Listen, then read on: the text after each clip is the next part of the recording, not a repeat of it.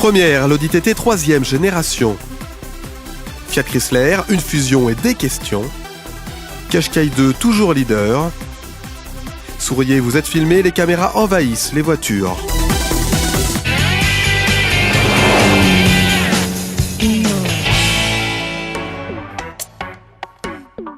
Le TT est devenu un classique pour Audi. La 3e génération dévoilée en première mondiale à Genève ne révolutionne pas le look du petit coupé aux anneaux. Il a même des faux airs de l'original TT de 98. Il fallait qu'on garde cette ligne du TT qui fait sa force, tout en lui donnant aussi les traits actuels qui font la force de la marque, les feux à LED ou les phares Matrix par exemple. Instantanément, on reconnaît un TT et instantanément en l'envoyant, on voit que c'est une nouvelle voiture. L'évolution technologique est nettement plus poussée, plus court, 4,18 m. Il est aussi plus léger de 50 kg et toujours aussi sportif et joueur. TT, c'est la touche jeune d'Audi. La TT a toujours été une icône du design d'Audi. Ça nous donne du prestige et ça nous apporte une clientèle jeune. Coup double d'Audi qui dévoile aussi ce TTS, version ultra sportive, moteur 2 litres 310 chevaux. Il avale le 0 à 100 en 4 secondes 7. Et pour le pilote, Audi a créé ce tout nouveau cockpit. Alors la grande nouveauté, c'est qu'on va pouvoir configurer ce tableau de bord en fonction des besoins du conducteur. On va être par exemple dans une configuration classique avec les compteurs de vitesse et contours à droite et à gauche, mais on va pouvoir aussi, sur la simple pression d'un bouton, basculer sur un écran intégralement dédié à la carte du GPS. 2 motorisations sont proposées pour ce TT, essence 230 chevaux et surtout diesel 184 chevaux qui devrait assurer le gros des ventes, prix de base 35 000 €.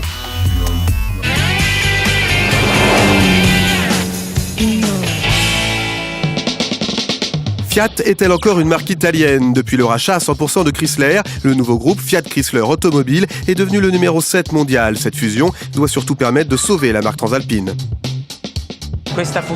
Cette fusion, comment faut-il la voir? Alors pour certains, et sûrement pour Sergio Marchionne, dans un sens positif. Il a donné l'exemple de la nouvelle Jeep Renegade qui a été conçue à Memphis. Le concept né en Amérique, la voiture sera produite en Italie et elle sera vendue dans tout le monde. Un exemple clair du concept de globalisation selon Sergio Marchionne. Des changements qui perturbent, Fiat fait partie de la culture italienne, la 500 en est le symbole. Ce que les Italiens n'acceptent pas, c'est autre chose. Pendant de longues années, Fiat a été subventionné par l'Italie. Fiat change de siège social, le siège légal Hollande et le siège fiscal à Londres. Et cela crée de l'amertume chez nos compatriotes. Fiat veut renouer avec les bénéfices en se repositionnant sur des segments plus haut de gamme et plus rentables grâce à ses marques Alfa Romeo, Maserati et Jeep.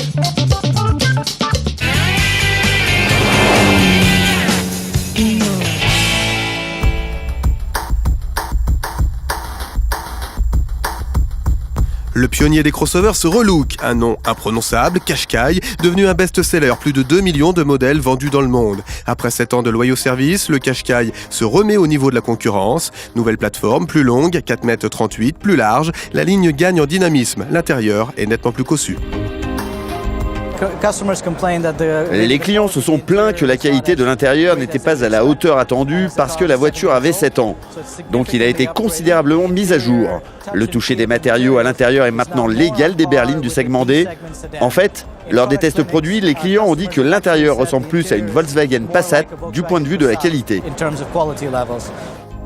Le Qashqai 2 offre une panoplie de nouvelles technologies très riches pour le segment, freinage d'urgence, surveillance d'angle mort et changement de fil. Montée en gamme et en prix, tarif de base 21 490 € en essence, 24 000 € pour le diesel.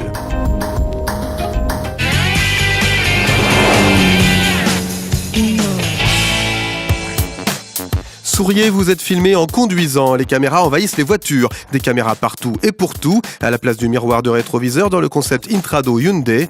Des caméras pour l'aide au stationnement, l'anticollision et l'évitement de piétons. Mercedes crée même une vue 360 degrés, un peu comme si vous planiez 2 mètres au-dessus de votre voiture. L'image est reconstituée grâce aux 4 caméras positionnées autour de la voiture.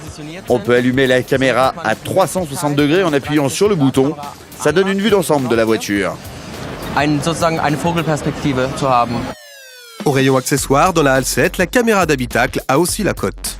C'est une caméra avec un enregistreur de données, donc avec une petite carte SD qui enregistre des données et qui vous filme la route. Vous pouvez mettre ça à l'avant, à l'arrière, en cas de sécurité, en cas d'accident sur la route ou en cas de pépin ou en cas de mauvaise conduite d'un autre utilisateur.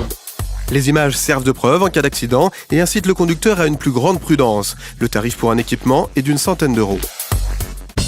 Et n'oubliez pas, rendez-vous sur notre page Facebook. Venez voter pour vos premières de rêve.